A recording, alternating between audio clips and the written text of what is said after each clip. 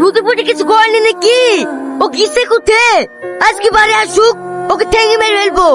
সারাদিন টুকটুক ছেড়ে আসবো আর বাড়িতে এসে খাবার পাবো না। ওই আজকে এবার তো ও থাকবে, না তো আমি থাকবো।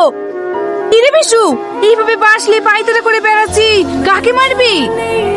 তুমি জানো না মা, শ্রাবণীকে সারাদিন খাবার দাবার না করি রাস্তা রাস্তা টল দিবে আছে। এই, ও টল দিয়ে বেড়াবে কেনে? কালকে যদি বৌমাকে হসপিটালে ভর্তি করে দিয়ে আসলি, ওর খুব শরীর খারাপ।